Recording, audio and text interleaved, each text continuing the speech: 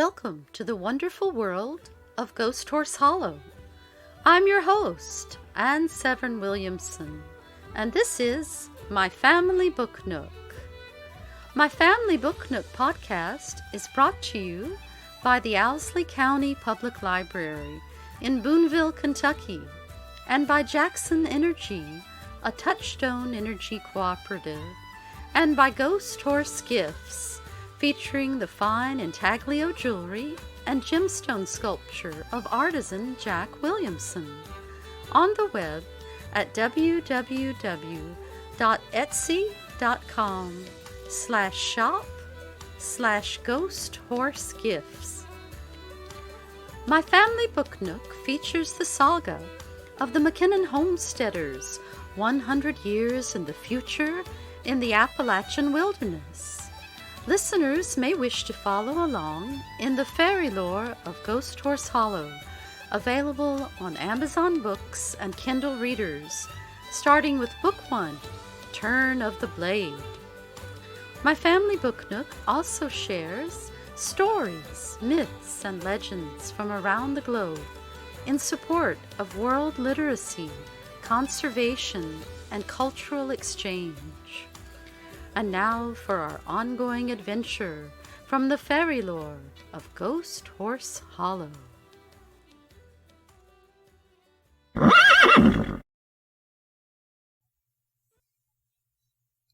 The Opening Gallop.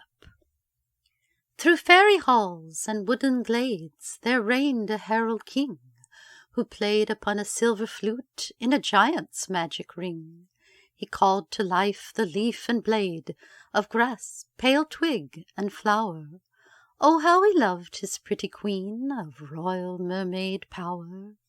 Come hear the tale upon the hearth, and stir the pot till morrow, for ye be welcome, babes of men, from labour, toil, and sorrow, to wander through the fairy lands, and memorize her gate, a journeyway through starry fields, which blessed a kinsman's fate. Chapter 1. Coyote Crossing. Enchantment is a tricky thing, even annoying at times, especially when a fairy wand is poking you in the brow. Doink! Ouch! You're hurting me, Genevieve MacKennon bristled, her eyes obediently shut. Plink, ploink, thwink. Concentrate, Miss Genevieve. Use your mind to see, not your eyes. No peeking as I circle around your head. Sir Phineas Glowgold, you are the best magical tutor a girl could ask for, not to mention a superior household light fairy. But must you keep jabbing me with your dogwood twig? I am trying to teach you a very important skill. Windsight is hardly a beginner's subject. Now let me see. What you feel while traveling outside your body. Don't look down right away. One fairy apprentice threw up the first time I taught her this lesson, all over my best buckle shoes. But that was long, long ago, and far away from these blue hills. Glowgold trailed off regretfully. Oh, all right, but please stop calling me Miss Genevieve. Everyone in Ghost Horse Hollow calls me Panther, except for you and Black Bottom the rooster, who hates all cats. The girl stood blindly before the window, her muddy, calf-hugging riding boots planted on the floor. With the stance of an athlete, she focused on the only sound in the room, the steady thrum, thrum, thrumming of a 4-inch pair of wings alongside her temples. Having aced her latest exams with her usual attention to detail, the 16-year-old now faced a very different kind of test, should she possess the courage to continue. Sir Phineas was stretching her boundaries beyond the family homestead, but Panther was eager for the future. I have no idea why the Starlight Fairy Queen assigned you such a ridiculously ferocious totem in her ceremony under the sycamore trees, Glowgold rattled on. I certainly would have chosen a more ladylike protector. I like the nickname Panther, and everyone else does too. The girl with the dark honey hair opened her hazel eyes and glared at her mentor. "Don't look at me like that. You grow more and more like your mother every day, full of independent notions and rebellion. I shall always refer to you as Miss Genevieve." Glowgold dismissed the girl's protest by dusting off his gilded waistcoat and adjusting his wavy powdered wig. "As I was saying," he continued briskly, "Winsight requires utmost mental control. Once more, if you please, from the beginning. Close your eyes and tell me what you see." Dink, dink, zwink. Sir Phineas Glowgold tapped his student's forehead with his wand as if he were conducting an orchestra. The girl instantly began an inward journey that took her high above Ghost Horse Hollow. Below, the autumn meadows opened out in blissful tones of pumpkin, crimson, and bronze, flecked with silver shadows and transparent ribbons of light. "Those shimmering objects must be ponds and streams," she cried aloud. "You are too high, much too high," complained the household light fairy. Panther thought Glowgold sounded very far away, similar to a robin twittering on the far horizon. "Move your sight downward to something familiar. See if you can identify Crescent Moon Lake. That should be easy enough." Panther gazed intently on her inner landscape, feeling herself floating slowly toward a glistening expanse of water shaped like a crescent moon. Pearl-colored swans with jet-black beaks floated in and out of the overhanging willows along the shores of the tranquil mountain lake. A cream-colored colt, with faint dapples and 4 white socks, cantered along its stony banks, playing with his own reflection. The colt's watchful mother-mare stood to one side, her head held high, and her pale amber mane and tail wafting in the late afternoon breeze. Crumpled maple leaves dotted the shoreline, strewn with acorns and faded yellow stems. "I see it," the girl murmured.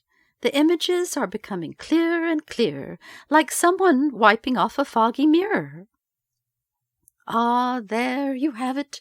Oh, my goodness, Miss Genevieve, you really are the most perceptive students that I have ever had the privilege of training," Glowgold chattered excitedly.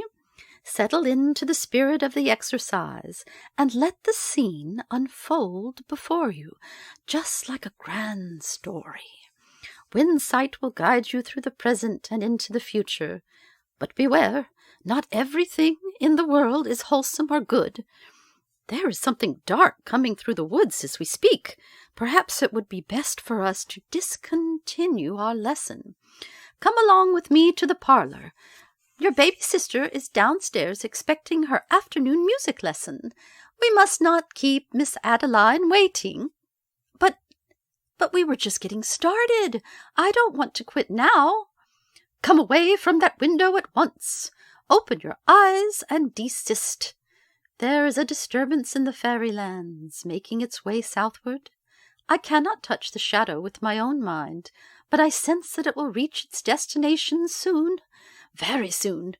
You could not possibly have mastered the skill to see that far in just one session." Panther MacKennon blinked. It was best not to argue with Sir Phineas when he was being so irritable and stubborn. The girl reached across her reading nook to close her second-story bedroom window. The antique lace curtains fluttered in protest. Panther was obliged to take a few deep breaths to steady her nerves and re-enter physical reality. She glanced at her tutor's retreating wings and sparkling dust trail as the household light fairy flitted into the adjacent hallway. Glowgold had glimpsed something or someone that he did not want Panther to know about.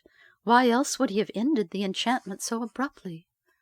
She had seen the blue-eyed colt and his dam near the Crescent Moon Lake, as well as Black Bottom the rooster strutting about with his speckled hens.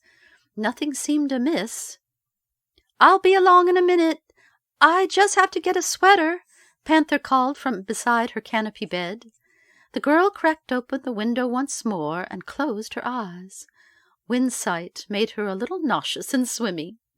Glowgold's tiny wand had awakened a powerful deep gift within the girl's psyche. She could feel a new capability sweeping through her senses, much like the rumbling of a drum behind a curtain. Something was indeed moving through the forest, something larger than a fox, but smaller than a wolf. It had worn yellow teeth and slanting eyes, and it was headed straight toward a powerful, lightly bearded man dressed in buckskin clothing. "Come along, Miss Genevieve," Glowgold beckoned from the top of the stairs. "On my way." Leaving the window ajar, Panther grabbed her lilac-covered sweater out of her nearby wardrobe and glanced in the oval mirror beside her door. She reached for 2 delicate ivory combs before pinning up her lengthy braids. Why is that old coyote hunting for Jake MacKennon? And why is Sir Phineas being so secretive? Panther thought aloud. As the girl hurried out of her bedroom, with its home-stitched quilts and carved willow-wood furniture, she heard the protective mare whinnying loudly in the distance. The eldest MacKennon daughter sighed with relief, knowing the sure-footed and intelligent horses would help to keep the farmstead safe. Still, Panther was certain a wicked creature was fast approaching her father in the woods, and that the magical world of Ghost Horse Hollow would never be the same again. This part of my Family Book Nook podcast is dedicated to world conservation. Everyone can make a difference by restoring the world's forests, conserving energy, recycling, developing and sharing green technologies, farming organically, preserving wilderness, and protecting our pollinators. To live in harmony with the earth is to respect the sacred hoop of life. And now our adventure continues.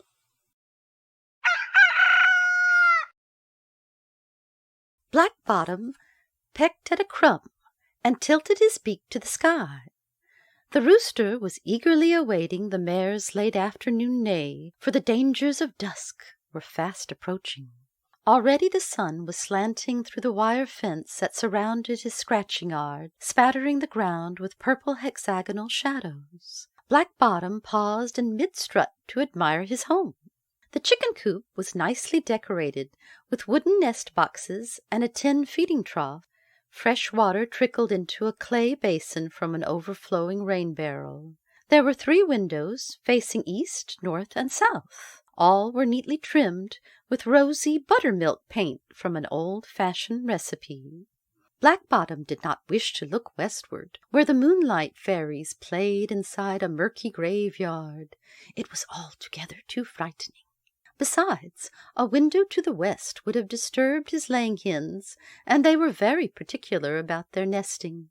The rooster dunked his red comb into the sparkling basin and turned his head sideways to better view himself in the surface of the water, for his jade and ebony tail feathers were fluttering softly behind him, and his bright yellow toes were extended with pride. Black Bottom was indeed a magnificent bird.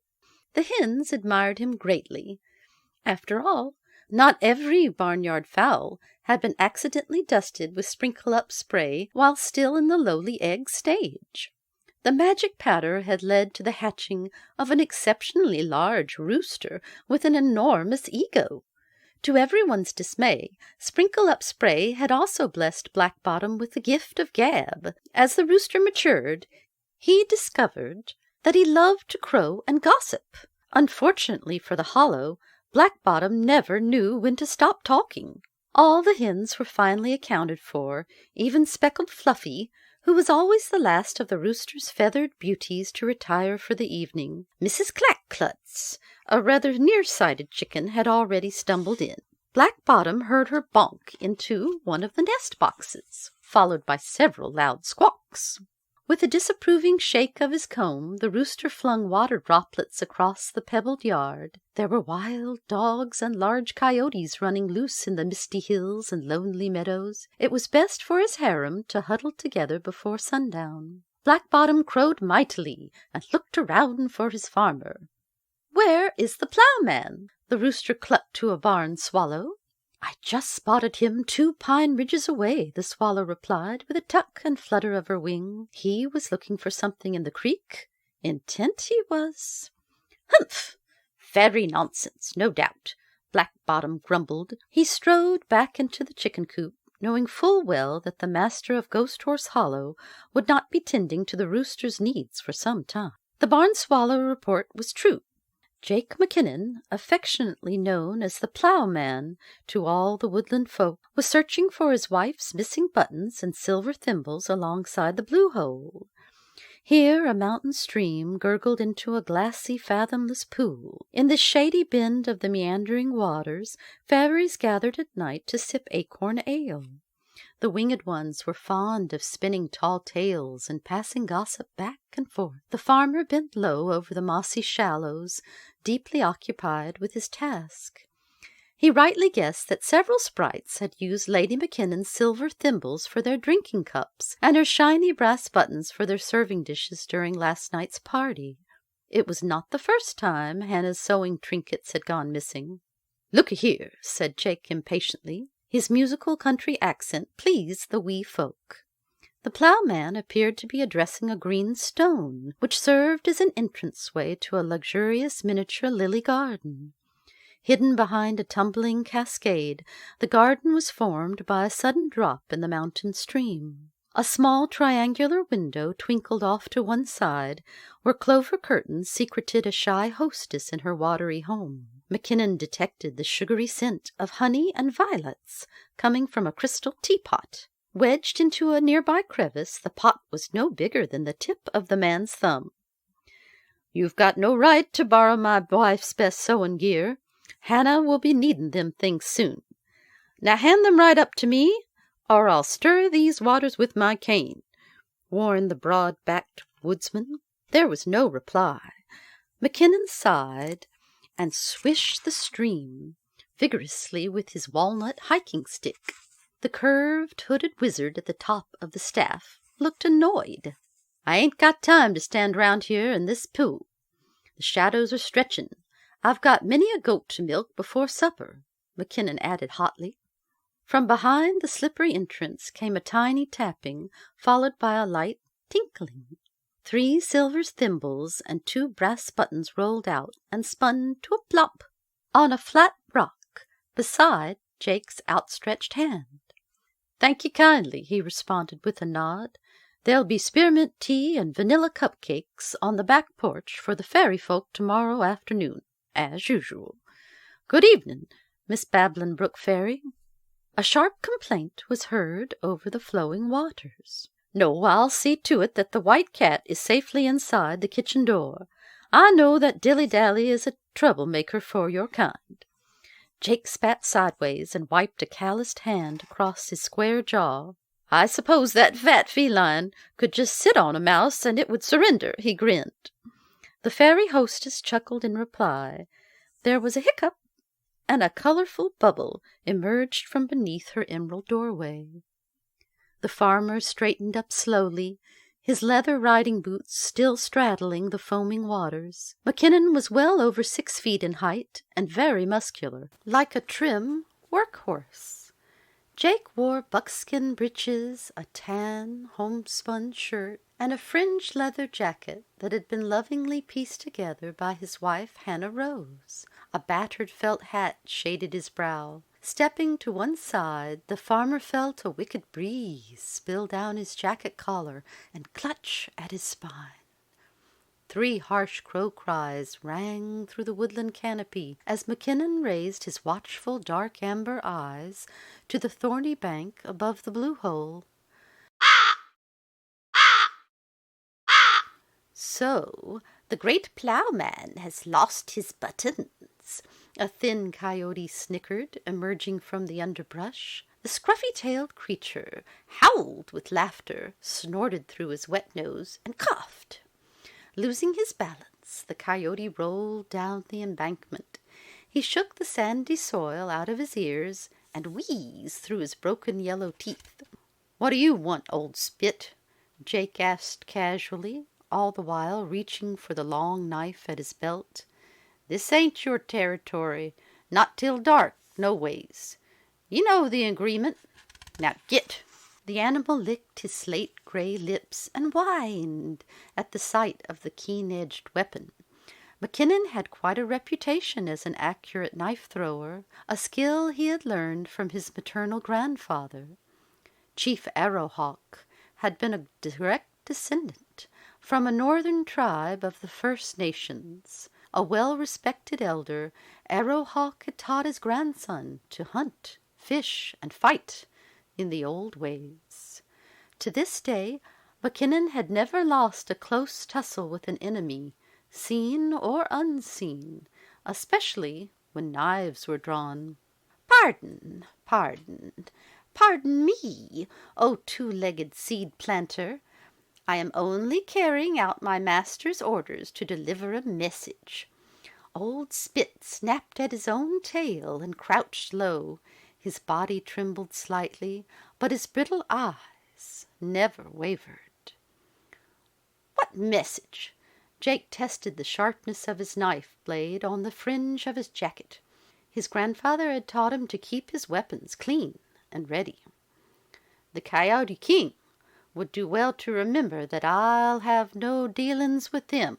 My master is well aware of your aversions to his proposals," Old Spit replied nervously.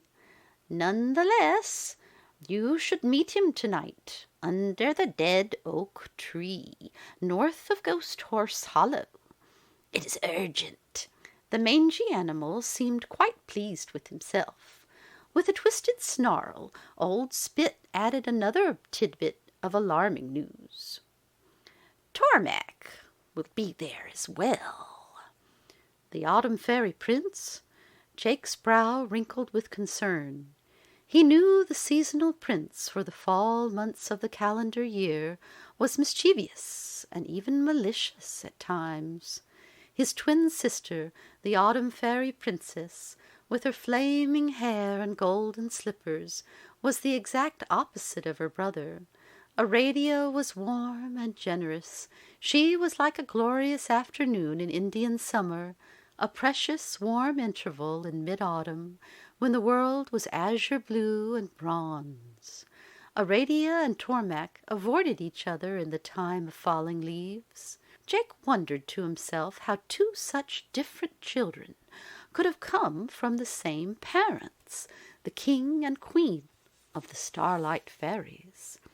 Then again, all 8 of their royal offspring were unpredictable. Besides, it was true that Tormac had been drinking sprinkle-up spray, mixed with some forbidden blend of elderberry wine and herbal tinctures. The now 7-foot-tall swordsman, with powerful wings and a hot temper, was not to be taken lightly. "What's this all about?" Jake felt it best to press Old Spit for more details. "At midnight, when the moon clears the 3rd hill of Dendoron, be there, and you will see for yourself. I can say no more," the coyote teased MacKennon. Old Spit sprang away with remarkable speed, vanishing behind a close growth of sumac trees. The dark crimson berries stained his fur as he fled through the brushwood. Again a crow cried 3 times, announcing Old Spit's hasty departure. Even the dark bird was frightened by the coyote's invitation.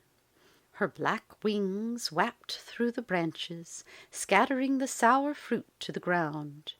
She was warning the farmer, in the wordless language known to all creatures of the wild, that danger was afoot. "Whatever this means for Ghost Horse Hollow, I must go tonight," Jake murmured to himself. "An alliance between Tormac and the Coyote King spells certain trouble for us all." The plowman shook his head. He would need a translator for the meeting, and there was just one person on the farmstead who knew how to speak Tormac's tricky fairy tongue. Her name was Panther MacKennon. Jake scowled deep in thought. His wife Hannah would be sure to have something to say about that. Thank you for listening to my Family Book Nook podcast. Subscribe to our blog at myfamilybooknook.blogspot.com and follow us on Facebook, Pinterest, and YouTube at Ghost Horse Hollow and Ghost Horse Gift Gallery. To advertise with my Family Book Nook, contact Podbean's Pod Ads program for more information. Join us each Sunday afternoon at 4 p.m. Eastern Time USA for another episode in the exciting saga of the MacKennon homesteaders, as well as stories from around the globe. Podbean.com podcasts are available through a convenient app on your PC, tablet, or cell phone. Listen anytime. We appreciate your sharing my Family Book Nook episodes with your friends and family on social media. Watch it grow.